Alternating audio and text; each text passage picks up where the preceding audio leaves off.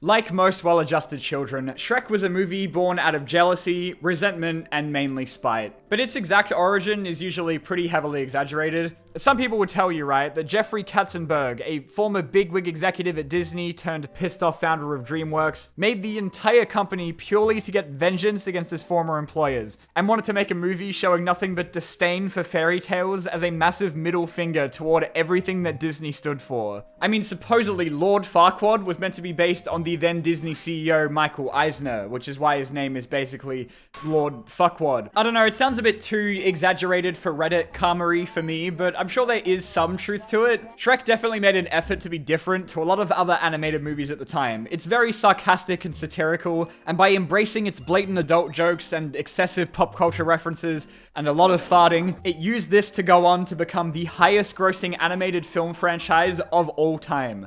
I mean, until Minions came along, but still. Today I'm going to bring you a tale of a corruption of innocence, 4chan, and onions. This is the story of Shrek, and what the internet has done to him.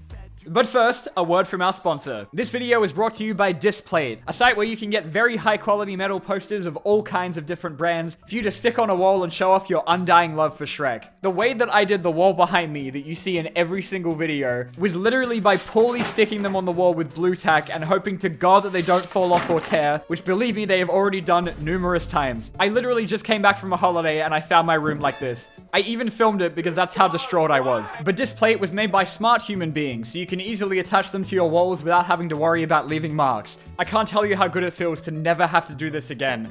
Yes, there is a piece of the wall. All you have to do is wipe your wall with a cleaning wipe, stick on the protective leaf, place the magnets, and displate that shit. Their site has over 1 million designs to choose from, so you're bound to find something you're into. They got you covered for Marvel, DC, Sonic, Turtles, Stranger Things, John Wick, and most importantly of all, I will treasure this for the rest of my life. And the website is really cool because it actually shows you how the poster is going to look on your wall, unlike 90% of other sites I bought posters from where you kind of just have to guess. And with their 4 to 5 day worldwide shipping, you don't even have to wait that long to adorn your walls with Shrekcellent posters. Also, it comes in this really great packaging so you can keep your collection safe, so they're durable enough to survive a lifetime of intense staring. What are you even still doing here? Go to the Displate site right now. Use the link in the description where a discount will be applied automatically, or use code DIAMOND to get 20% off 1 to 2 or 30% off 3 or more Displates. You're so welcome. Don't forget to use the promo code in the description so you can grab yourself some posters as Shrektacular as these. And now let's get back to Shrek.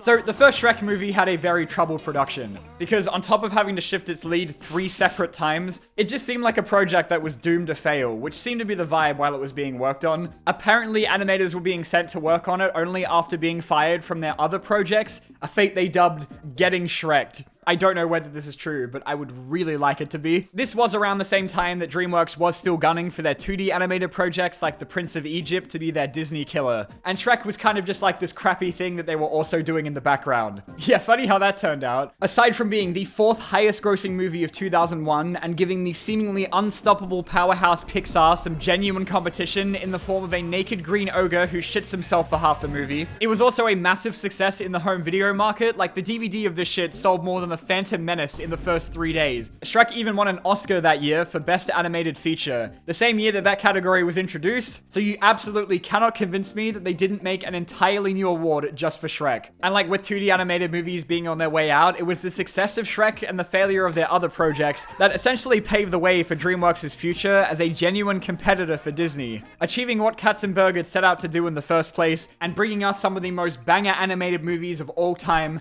and Shark Tale. Of course, Shrek 1 was followed up by maybe the greatest sequel ever made that made nearly double what the original did, by grossing almost $1 billion. But the problem with making a movie as good as Shrek 2 was that Shrek 3 and 4 couldn't be Shrek 2. I have seen Shrek the Third at least 4 times, and I still cannot tell you what it's about. Like many children of the 2000s, I was raised on Shrek. We both came out in the same year after all, and growing up I had this copy of Shrek 2 on DVD that came with like this ogre hat that I wore way too much. I probably watched Far Far Away Idol more than I did the actual movie. I've also had this Shrek plush toy since it was larger than me, and I find it around the house without me having moved it. I worry about that sometimes. And yet, even without a new entry in the series for almost 14 years, Shrek is still just as popular as ever. Just maybe for every single one of the wrong reasons. Like, you know something has gone wrong along the way when Wikipedia has an entire page dedicated to the Shrek fandom. With a fan base described by some as an ironic liking toward the series, there have been several sexually explicit memes based on the title character. Well, that is an understatement. I'm not here today to try and figure out why this has happened to Shrek. The why is obvious, because it's funny. As succinctly put by this article from The Atlantic, Shrek has a funny, stupid face, and putting that face in a weird place provokes a cheap laugh. You are goddamn right it does. There's just something very different about the way that the internet treats Shrek. It's not the same as, like, say, Undertale, for example, where, like, everything that I've learned about that series has been against my will. Through all of the disgusting depravity, there's always remained this kind of, like, comfortable air of irony about it all, because as fucked up as the memes and the fan fictions about people getting railed by Shrek can get, you always know that it's meant to be a joke, right? Unlike everything with Sonic the Hedgehog, which is very, very much not meant to be a joke. Historians have surmised that around 2010 was the beginning of the internet's obshrection. It was around the time that the fourth movie was coming out that, like, comics pairing together Shrek with Shadow the Hedgehog started getting really popular on DeviantArt. Why Shadow, you ask? Well, that's a great question. Well, you see, like Shrek, the entire point of his character is to be, like, cooler and edgier than everything else around him. So I guess in a way it kind of does make a lot of sense. As well as because it's a disgusting, horrible affront to my eyes. DreamWorks also launched a Shrek Facebook page that same year, where Shrek himself would regularly post updates from his swamp. It's actually still going to this day, but it kind of just posts like the same 5 movie scenes over and over, and ads for other DreamWorks movies, you fucking sellout. 4chan launched ShrekChan in 2012 as a place for people to post about their love for Shrek, with memes and green text using outdated language I very much cannot repeat nowadays, with members who dubbed themselves the Brogers, which was the catalyst for things to get so much worse so quickly. Because if anybody knows how to take a joke way too far, it's 4chan. They also created some of their own lore, like Shrek's arch nemesis Drek, who would regularly appear in these unnecessarily detailed stories. Cause you know what? Shrek is not Drek! A lot of these were about having, let's say, very passionate intercourse with Shrek, which is why this was also where the original Shrek is love, Shrek is life green text came from, accompanied by maybe the most fitting possible comment to summarize everyone's collective reaction that could be there. This, of course, would later be animated and turned into the patient zero for the ensuing Shrekademic. I was only 9 years old. I loved Shrek so much, I had all the merchandise and movies. Shrek is love, I say. Shrek is life. My first exposure to this video was not how I imagine most other people found it, who maybe just like stumbled across it on YouTube at way too young of an age, or maybe had like a deranged older cousin or friend share it with them who is probably in jail now. I'm not sure how much I can talk about it because this video has a sponsor, but just to give you an example of how widespread it became at the time, my high school used to have this student-run broadcast that would air like every 2 or so weeks, and within it sometimes they used to have this segment where they would talk about and play like trending YouTube videos, which was a very welcome break from the unbelievably boring sports news and upcoming school events that nobody gave a shit about. And somehow these absolute legends snuck like the first 30 seconds of this video into a broadcast that aired across the whole of my hyper-religious school. It didn't make it to any of the Shrekshi times, of course, but I very specifically remember the air in the room completely shifting, with everyone being really on edge, and me, having never seen it before, knew that something was wrong but was very out of the loop as to why. It was terrifying. This video went on to spawn like a ton of unofficial sequels that really makes you realize they just let anything on YouTube back then, as well as inspiring a whole other wave of Shrek-themed source filmmaker videos. ShrekChan went down in 2014 with a message from the founder of the board saying that the Shrek meme was dead and it was time for everybody to move on, after absolutely running the Shrek meme into the goddamn ground. If only they knew. While that year did mark the inevitable downturn of Shrek memes after they couldn't possibly get any danker, I mean, they had a pretty good run, and even lasted long enough to eclipse the twilight years of another fantastic internet trend. Oh, hello there! Oh my fucking god! This was around the time that you couldn't go into any online game without hearing "Get Shrek Scrub" at least once. I don't think Shrek will ever return to the same heights that he reached in that 3-year period, at least until Shrek 5 comes out. But it's less that he's become dormant and more that he's just naturally been absorbed into the public consciousness. Everyone always seems really surprised to learn that there was a Shrek musical that played on Broadway where he's played by the dad from 13 Reasons Why. which hasn't aged the best. It was nominated for 8 Tony Awards, but apparently it was one of the most expensive musicals ever made at the time, so it closed its original run without having actually profited any money. I just came back from London though, and this thing was plastered like everywhere, so it must still be going. Like, they were very proud of Shrek the Musical. The highlight of my trip though was losing my absolute shit when I found out that Shrek permanently resides within the same stretch as the London Eye and the beautiful brown poo water of the Thames, with Shrek's Adventure London. I wasn't allowed to take any video while I was there, but here's me filming it anyway as if I'm breaking into Area 51, and I had an absolutely Shrek-tacular time. The whole thing is basically, you're standing in a room with a bunch of miserable tourists and their overexcited children in front of even more miserable actors dressed up in Shrek costumes. Now, I wasn't allowed to film it, but apparently this random kid was. Hi guys, today we're at Shrek Adventure, yay! So I can show you the Hall of Mirrors section where we all got stuck and just kind of stood there for 5 minutes until they sent Cinderella to come in and get us. It was great. The plot is that Donkey drunk drives a flying bus into one of Rumpelstiltskin's witches, and so you have to go from like room to room collecting ingredients to summon Shrek,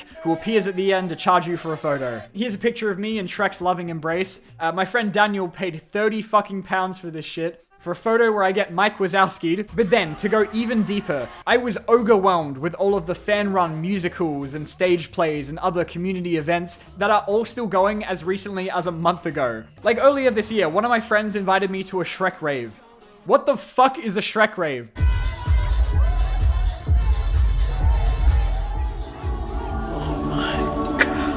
She also told me about Shreklesque that was touring Australia as recently as last year, which I think may have to be the Shrekiest thing I have ever seen in my life. Every year in Wisconsin, they hold Shrekfest, where people come together to dress up as Shrek, listen to live music, watch screenings of the Shrek movies, and compete in roaring and onion-eating contests. Shrek is love, Shrek is life. I'm making it my life goal to make it to one of these one day. Shrek is love. Shrek is life. With Wisconsin News Today, I'm Reggie Toupee.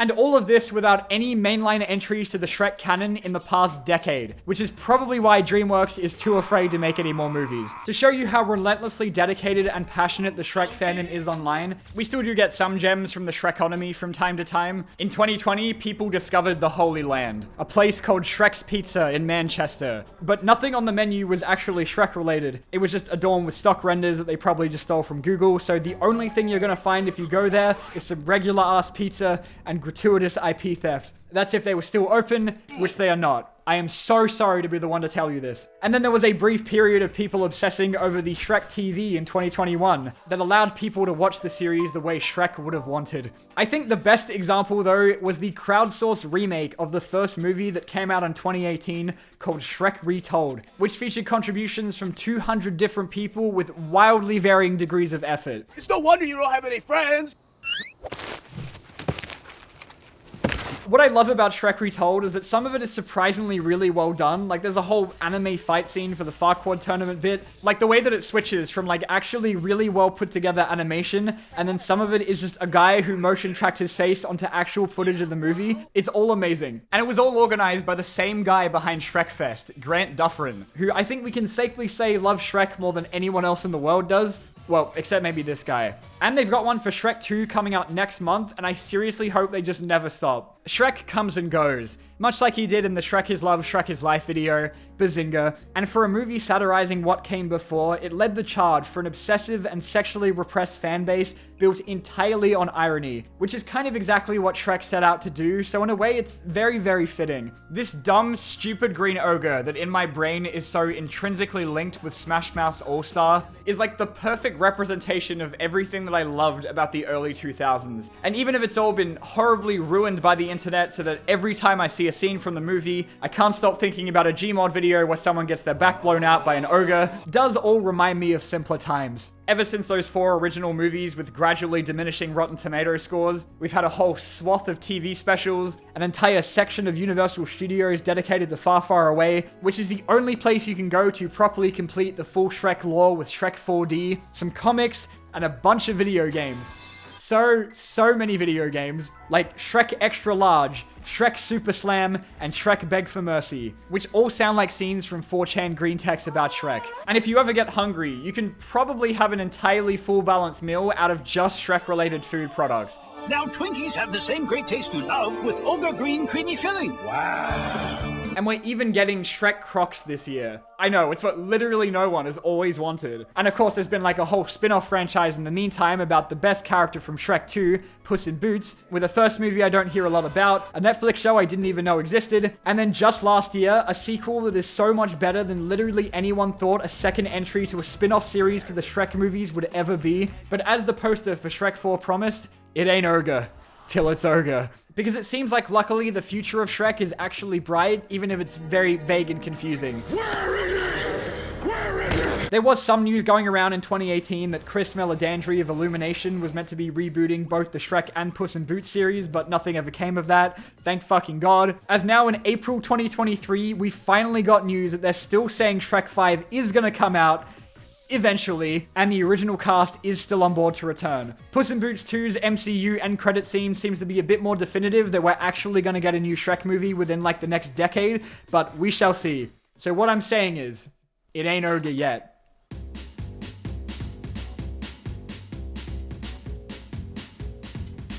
Come here, you wanna fight? I'll fight you. Alright, class. Now, fall up. Hold out. Fall up. Hold out.